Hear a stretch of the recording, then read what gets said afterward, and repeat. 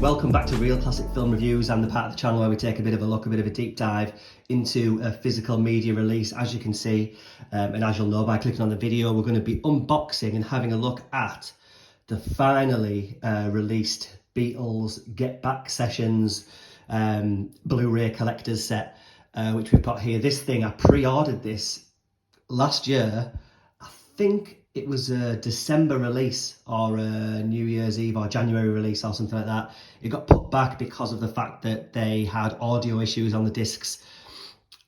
I'm not 100% sure what those audio issues are. I want to say that it was because it didn't include what it now includes, which is this 7.1 surround sound track, 7.1.4 Dolby Atmos track. I don't think it had that, and maybe they kind of recalled it and put that on.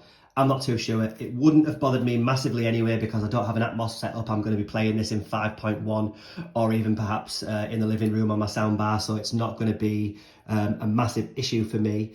But it's finally arrived, and I'll be honest, I'm super excited to have it. It looks great. I've read some scathing reviews on this thing. I mean, apparently last year, when it was playing on Apple TV, it was playing on Disney Plus. I do apologise, Disney Plus. People were going mad and kicking off at the fact that it had been digital noise reduction had been applied and it looked terrible and whatnot. Now, as controversial as this might sound, I didn't think it looked that bad, and that's coming from a place for me personally where I think I'd owned a DVD of this back in the day, and that DVD looked like a VHS bootleg. It was so bad. So seeing anything that looked remotely like it was modernised a little bit, brought up to scratch so you could actually see some of those darker scenes, was fantastic for me. That being said, I understand why people, they don't like that kind of digital noise reduction and whatnot that Peter Jackson, the director or the kind of compiler / editor of this footage, has done. And this is a 3-disc collector's set. I mean, this thing's got like 8 hours of content split across 3 discs. You've got the kind of the band gathering, rehearsals, and finally a disc that features the famous performance on the roof of the Apple offices. I mean, straight out of the bag, it looks like a great set. I mean, this has got like a kind of matte finish to it, a textured finish to it.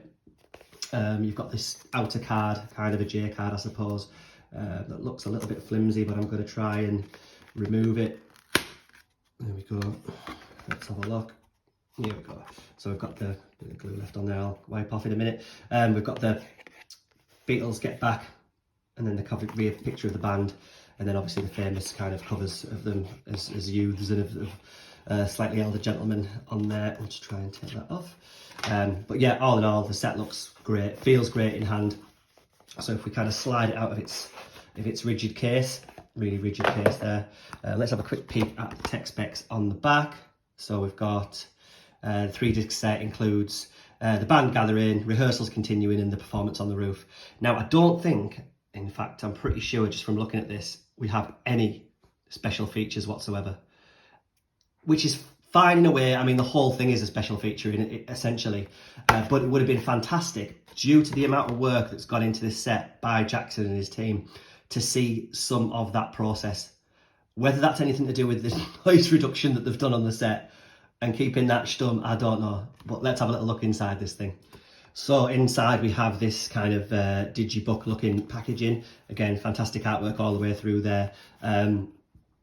Of the kind of setup that the band had whilst they were recording this album or getting in. And I love this straight away. I love the fact that it goes from black and white here and you open it up and it goes into a more vibrant, kind of colourful set.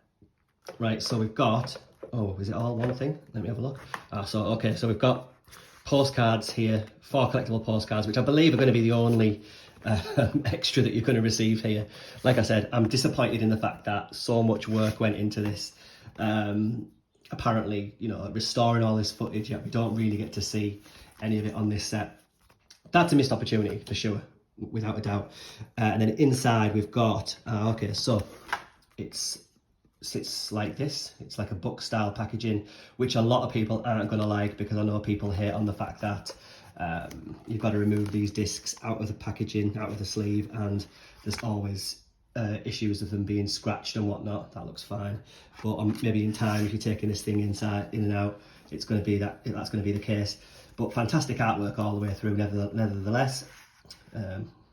Even on each disc there, part 2, finally the concert on disc 3 there, and then you have the kind of digital calendar that shows up throughout the film, the documentary, kind of tracking the progress of the album, of them rehearsing and getting ready for that famous rooftop concert. So yeah, 3-disc set in a kind of digibook style packaging with 4 collectible postcards, and that's what you're going to get for your money. And it's, do you know what, you know, Jackson's done a fantastic job in that original Let It Be, which is really hard to get hold of now, maybe wasn't the most realistic kind of look at what was going on in the band at the time, or, you know, during those rehearsal periods. So it's fantastic to see a little bit more kind of, well, for a Beatles fan like myself, you know, a look at a lot more footage, and a lot more a deeper look into the process and where the Beatles were at the time. I mean,